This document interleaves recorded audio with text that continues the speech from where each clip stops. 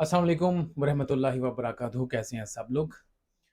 उम्मीद है कि आप खुशबाश होंगे और आसानियाँ तक़सीम कर रहे होंगे। आज मैं आपको एक ड्रामे की बात सुनाता हूँ और ड्रामा एहराम जुनूँ आपने देखा होगा। उसमें एक कैरेक्टर है और वो कैरेक्टर का नाम है ख़ावर। उसके अंदर एक सीन है, आप सब लोगों ने देखा होगा कि वो जो शान से एक लड़की है, उसके पास जाता है, रिश्तेदारी उनकी हो चुकी होती है और उनके पास से अपने तौर पे वो जाके उनसे कहता है कि आपको बहुत मुबारक हो, अब हम रिश्तेदार हो चुके हैं, तो मुझे जो है फाइनेंशियली ये इश्यूज़ हैं और आप मेरी हेल्प करें। तो वो जो है उसका रिज़ल्ट ये आता है कि गो के उसे ये समझ आ जाता है कि ये लालची इंसान है, लेकिन उसका रिज़ल्ट ये आता है कि वो उसको एक पूरा डिपार्टमेंटल स्टोर जो है, वो लड़की जो है शानज़े जिसका नाम है, वो वेल ऑफ होती है, वो उसको एक डिपार्टमेंटल स्टोर जो है, वो कहती है कि ये आपको मैं देती हूँ, लेकिन शर्त ये है कि आपने जो तुम्हारी वाइफ़ है अ, उसकी जो है हेल्प करनी है, उसकी कोई शिकायत नहीं आनी चाहिए क्योंकि जो इसके जो राइट्स हैं डिपार्टमेंटल स्टोर के और जो चीज़ें उसमें डलवाई जाएँगी वो सारे मेरे पास होंगे। तो अगर इस तरह का इश्यू अगर पेश आया, अगर आपने की कोई शिकायत आई, तो ज़ाहिर है कि वो चीज़ें जो है मैं आपसे वापस ले सकती हूँ। ये जो एक लालच का एलिमेंट उसको दिया गया है, उसका जो कैरेक्टर है नेगेटिव है, ऑल्दो कि मुझे ये कैरेक्टर कोई इतना अच्छा नहीं लगता। इस तरह की जो पर्सनैलिटीज़ हैं, कोई आइडियल पर्सनैलिटी नहीं होती। लेकिन उसने जो है उससे माँगा, उसको वो फाइनेंशियली क्राइसिस में था, कुछ झूठ बोले हुए थे और वो जो शानी है, उसकी जो सिस्टर है उससे उसने शादी की हुई थी और बाद में आहिस्ता-आहिस्ता जो है उसके झूठ खुलने भी शुरू हो गए। एक ड्रामे के ये कैरेक्टर है।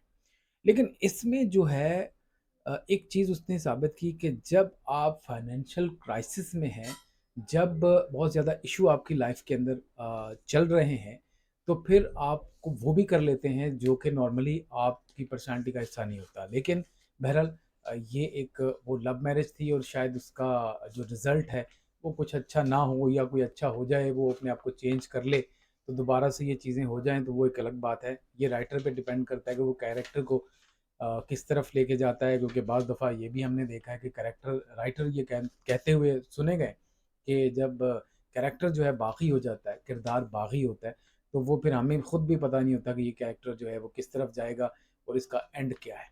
तो बहरहाल ये जो मकसद था ये बात सुनाने का कि जब आपके सर पे पड़ी होती है, आप अपनी लाइफ़ के अंदर जो-जो मिलते हैं उसमें बड़ा एन्जॉय करते हैं और एन्जॉय करने के बाद बहुत सारी चीज़ें जो आप पे सर पे आती हैं, तो आपको कुछ आपकी जो शख्सियत होती है, आपका बिहेवियर होता है, ये भी चेंज हो जाता है।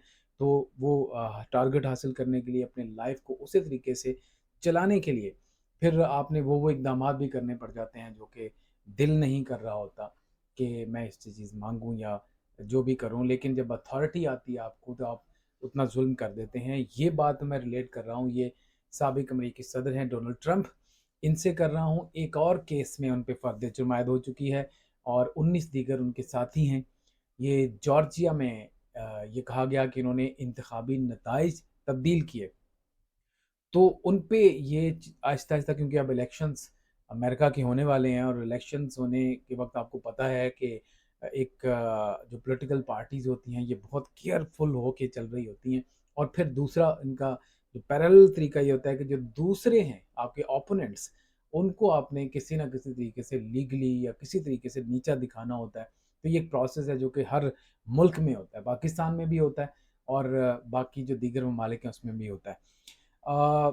साबिक अमरीकी सदर डोनाल्ड ट्रंप को पै-दर-पै मुकदमात का सामना करना पड़ रहा है। इससे पहले भी बहुत सारे मुकदमात हुए और अभी भी एक नया मुकदमा है।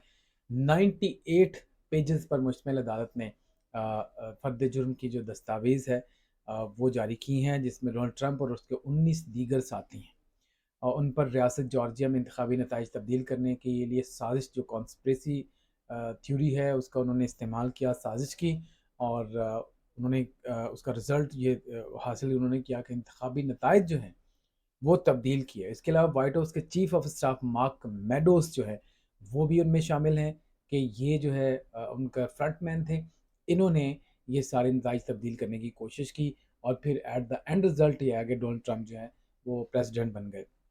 30 अफराद को शरीक मुल्ज़म ठहराया गया और साथ उन पर जो है कुछ लोग ऐसे हैं जिन पर फ़र्द जुर्म आयद नहीं की गई है 29 में से, लेकिन इन पर जो है डोनाल्ड ट्रंप पर फर्द जुर्म आयद कर दी गई है।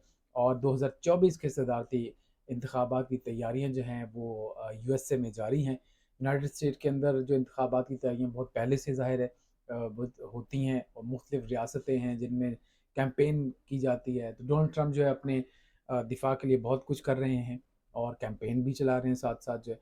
लेकिन ये बहुत बड़ा उनके ऊपर जो तलवार एक लटकी हुई है कि ये अपने ऊपर जो होने वाले केसेस हैं इनको किस तरह सॉल्व करेंगे। पाकिस्तान की तरफ आते हैं, जो सिचुएशन है पॉलिटिकल वो इस तरह की है कि वज़ीर आज़म शहबाज शरीफ साहब अब वज़ीर आज़म नहीं रहे। उनकी जगह निगरान वज़ीर आज़म जो है काकड़ साहब वो आ चुके हैं, और उन्होंने आते ही एक्टिव होके अपने काम स्टार्ट कर दिए हैं। क्योंकि अब जो है निगरान काबीना बनने का प्रोसेस है।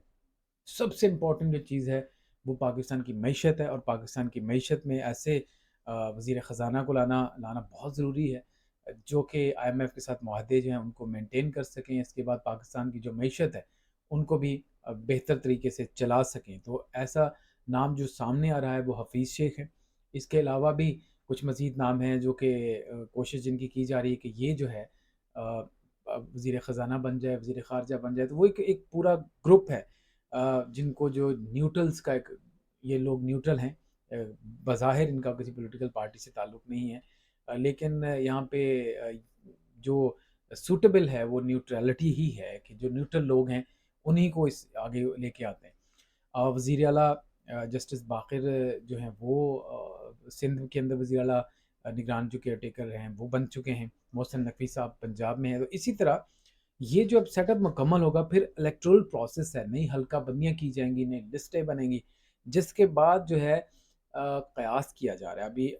मतलब कहा नहीं जा सकता कि ये फौरी तौर पे इंतखाबात होंगे, लेकिन 3 महीने तक जो है इंतखाबात ये हो सकते हैं, और 3 महीने के बाद क्या होगा ये तो आने वाला वक्त बताएगा। लेकिन जो भी चीज़ें अभी तक जो कहा जा रहा है, कुछ स्मूथली चीज़ें जो हैं वो चल रही हैं। लेकिन दूसरी तरफ तहरीक इंसाफ है, उसके चेयरमैन इमरान खान जो कि इस वक्त जेल में मौजूद है, उनको सहूलतें देने के लिए एप्लीकेशन दी गई है, और फिर उनको मुकदमात से कैसे खारिज किया जाता है, क्योंकि किसी भी एंगल से जो मुक़्तदर हल्के हैं वो रिलीफ देने की पोजीशन में नहीं है, और नज़र नहीं आ रहे कि उनको रिलीफ दिया जाएगा। क्योंकि हमने परवेज़ लाही जो साबिक़ वज़ीर आला पंजाब है उनका भी देख लिया कि परवेज़ लाही साहब एक मुकदमे में बरी होते हैं, और तो दूसरे मुकदमे में उन्हें धर लिया जाता है, फिर मुकदमे में बरी हो गए, फिर धर लिया गया, फिर बरी हो गए। तो ये एक प्रोसेस जो है उनके साथ भी मुसलसल चल रहा है। कल जो है एक मुकदमे में बरी हुए, तो दोबारा दूसरे मुकदमे के लिए उन्हें वो कर लिया गया। तो इकट्ठे इन पे थोड़े मुकदमात हैं, लेकिन अगर चेयरमैन तहरीक इंसाफ इमरान खान की बात की जाए तो उन पे तो बहुत ज़्यादा मुकदमा दर्ज किए गए हैं। तो अगर वो बरी होते भी हैं किसी मुकदमे में, तो दोबारा से दूसरे में वो कर लिया जाएगा। तो फ़िलहाल ये नज़र आ रहा है कि ये हो रहा है। क्या उनको बरी किया जाएगा, नहीं किया जाएगा? बहुत बड़ा सवाल है, और ये सवाल जो है मुख्तलिफ जो एनालिस्ट हैं, पॉलिटिकल एनालिस्ट जो सोशल मीडिया पे भी मौजूद हैं और मुख्तलिफ जो है प्लेटफॉर्म्स पर मौजूद है, अपनी अपनी बात कर रहे होते हैं। तो ये कह रहे हैं कि 12 अगस्त जो है उसको इमरान खान साहब जो हैं वो बरी हो जाएंगे, और उसके बाद फिर बिल्कुल सबके पास इक्वली ग्राउंड होगा, और लेवल प्लेइंग फील्ड होगी। अपनी अपनी पार्टी को रन करें, कैंपेन करें, इलेक्शंस की तैयारी करें, और उसके बाद जो भी रिज़ल्ट आएगा वो देखा जाएगा। लेकिन अगर ऐसा हो गया तो फिर उसके रिज़ल्ट शायद कुछ डिफरेंट हों। लेकिन फ़िलहाल जो रिज़ल्ट नज़र आ रहे हैं, जो प्रोसेस नज़र आ रहा है वो ये है कि इलेक्टोरल प्रोसेस है। इस इलेक्टोरल प्रोसेस के अंदर जो भी मुकामात जो भी सिलसिले सूरत हाल जो सामने आएगी, इसके मुताबिक जो है वो 2-3 महीने ये प्रोसेस लेगा। फिर उसके बाद इलेक्शंस होंगे, और इलेक्शंस में जो भी जीतेगा उसको आगे लाया जा सकेगा। तो ये वीडियो थी आज की। इंशाल्लाह अगली वीडियो में हाज़िर होंगे दोबारा। तो मेरे साथ रहिएगा। Thank you very much. बहुत शुक्रिया।